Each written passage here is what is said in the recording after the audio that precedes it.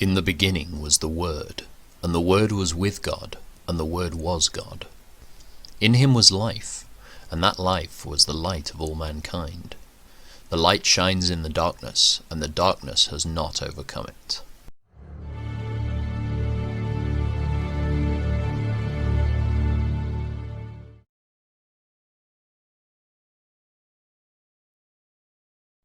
Solomon also built a palace for himself, and it took him 13 years to complete the construction. One of Solomon's buildings was called the Palace of the Forest of Lebanon. It was 150 feet long, 75 feet wide, and 45 feet high. There were 4 rows of cedar pillars, and great cedar beams rested on the pillars. The hall had a cedar roof. Above the beams on the pillars were 45 side rooms, arranged in 3 tiers of 15 each. On each end of the long hall were 3 rows of windows facing each other. All the doorways and doorposts had rectangular frames and were arranged in sets of 3 facing each other. Solomon also built the Hall of Pillars, which was 75 feet long and 45 feet wide. There was a porch in front along with a canopy supported by pillars. Solomon also built the throne room, known as the Hall of Justice, where he sat to hear legal matters. It was panelled with cedar from floor to ceiling.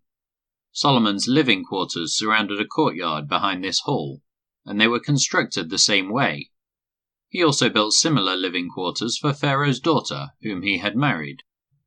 From foundation to eaves, all these buildings were built from huge blocks of high-quality stone, cut with saws and trimmed to exact measure on all sides. Some of the huge foundation stones were 15 feet long, and some were 12 feet long. The blocks of high-quality stone used in the walls were also cut to measure, and cedar beams were also used.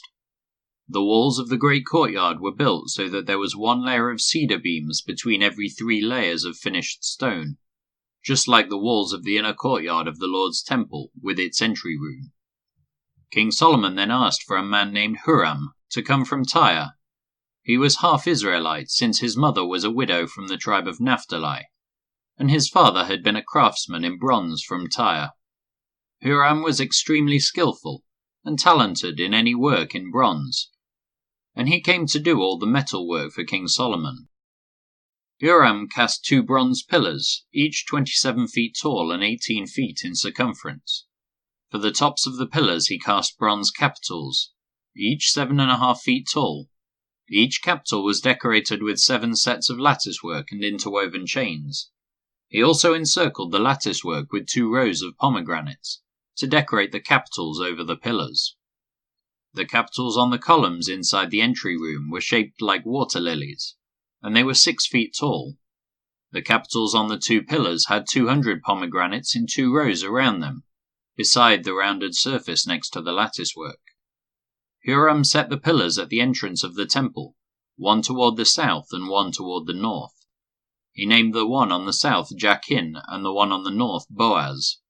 The capitals on the pillars were shaped like water lilies, and so the work on the pillars was finished. Then Huram cast a great round basin, 15 feet across from rim to rim, called the sea. It was 7.5 feet deep and about 45 feet in circumference. It was encircled just below its rim by 2 rows of decorative gourds. There were about 6 gourds per foot all the way around, and they were cast as part of the basin. The sea was placed on a base of 12 bronze oxen, all facing outward. 3 faced north, 3 faced west, 3 faced south, and 3 faced east. And the sea rested on them. The walls of the sea were about 3 inches thick, and its rim flared out like a cup and resembled a water lily blossom. It could hold about 11,000 gallons of water. Huram also made 10 bronze water carts, each 6 feet long, 6 feet wide, and 4.5 feet tall. They were constructed with side panels braced with crossbars. Both the panels and the crossbars were decorated with carved lions, oxen, and cherubim. Above and below the lions and oxen were wreath decorations. Each of these carts had 4 bronze wheels and bronze axles. There were supporting posts for the bronze basins at the corners of the carts.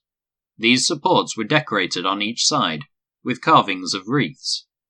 The top of each cart had a rounded frame for the basin. It projected 1.5 feet above the cart's top like a round pedestal, and its opening was 2.25 feet across. It was decorated on the outside with carvings of wreaths. The panels of the carts were square, not round. Under the panels were 4 wheels that were connected to axles that had been cast as one unit with the cart. The wheels were 2.25 feet in diameter, and were similar to chariot wheels. The axles, spokes, rims, and hubs were all cast from molten bronze. There were handles at each of the 4 corners of the cart, and these too were cast as one unit with the cart.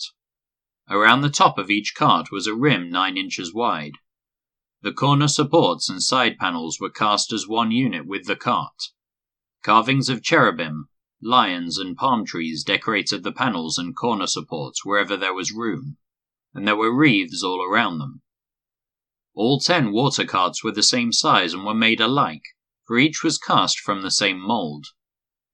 Hiram also made 10 smaller bronze basins, 1 for each cart.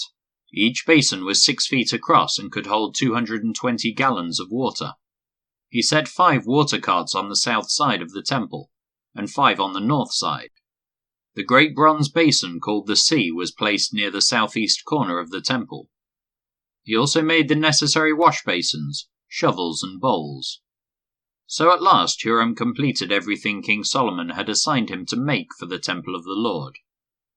The 2 pillars, the 2 bowl-shaped capitals on the top of the pillars, the 2 networks of interwoven chains that decorated the capitals, the 400 pomegranates that hung from the chains on the capitals, 2 rows of pomegranates for each of the chain networks that decorated the capitals on top of the pillars, the 10 water carts holding the 10 basins, the sea and the 12 oxen under it, the ash buckets, the shovels, and the bowls. Hiram made all these things of burnished bronze for the temple of the Lord, just as King Solomon had directed. The king had them cast in clay molds in the Jordan Valley, between Succoth and Zarethan. Solomon did not weigh all these things because there were so many, the weight of the bronze could not be measured.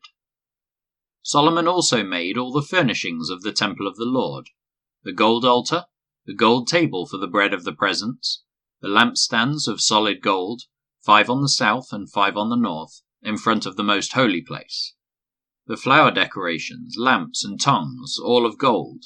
The small bowls, lamp snuffers, bowls, dishes, and incense burners, all of solid gold. The doors for the entrances to the most holy place, and the main room of the temple with their fronts overlaid with gold. So King Solomon finished all his work on the temple of the Lord. Then he brought all the gifts his father David had dedicated, the silver, the gold, and the various articles, and he stored them in the treasuries of the Lord's temple.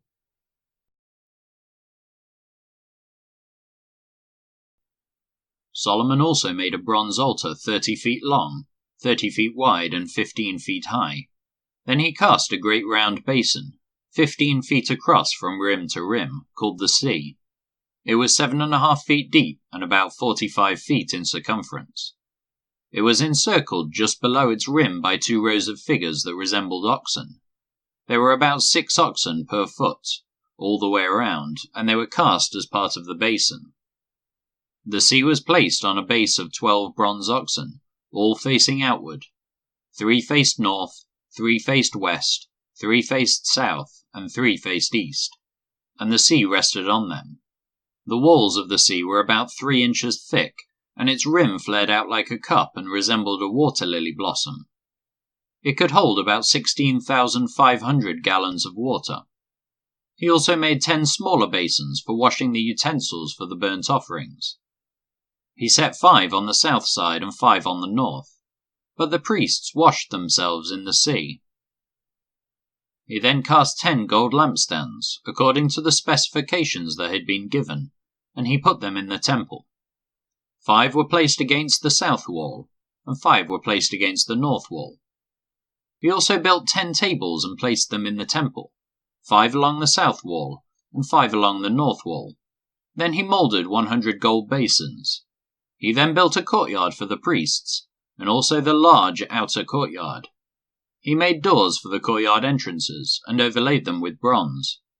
The great bronze basin called the sea was placed near the southeast corner of the temple. Huramabai also made the necessary wash basins, shovels, and bowls. So at last Huramabai completed everything King Solomon had assigned him to make for the temple of God. The 2 pillars, the 2 bowl-shaped capitals on top of the pillars, the 2 networks of interwoven chains that decorated the capitals, the 400 pomegranates that hung from the chains on the capitals, 2 rows of pomegranates for each of the chain networks that decorated the capitals on top of the pillars, the water carts holding the basins, the sea and the 12 oxen under it, the ash buckets, the shovels, the meat hooks, and all the related articles. Huramabai made all these things of burnished bronze for the temple of the Lord, just as King Solomon had directed. The king had them cast in clay molds in the Jordan Valley, between Succoth and Zarethan. Solomon used such great quantities of bronze that its weight could not be determined. Solomon also made all the furnishings for the temple of God, the gold altar, the tables for the bread of the presence, the lampstands and their lamps of solid gold, to burn in front of the most holy place as prescribed, the flower decorations, lamps and tongs, all of the purest gold, the lamp snuffers, bowls, dishes, and incense burners, all of solid gold, the doors for the entrances to the most holy place and the main room of the temple, overlaid with gold.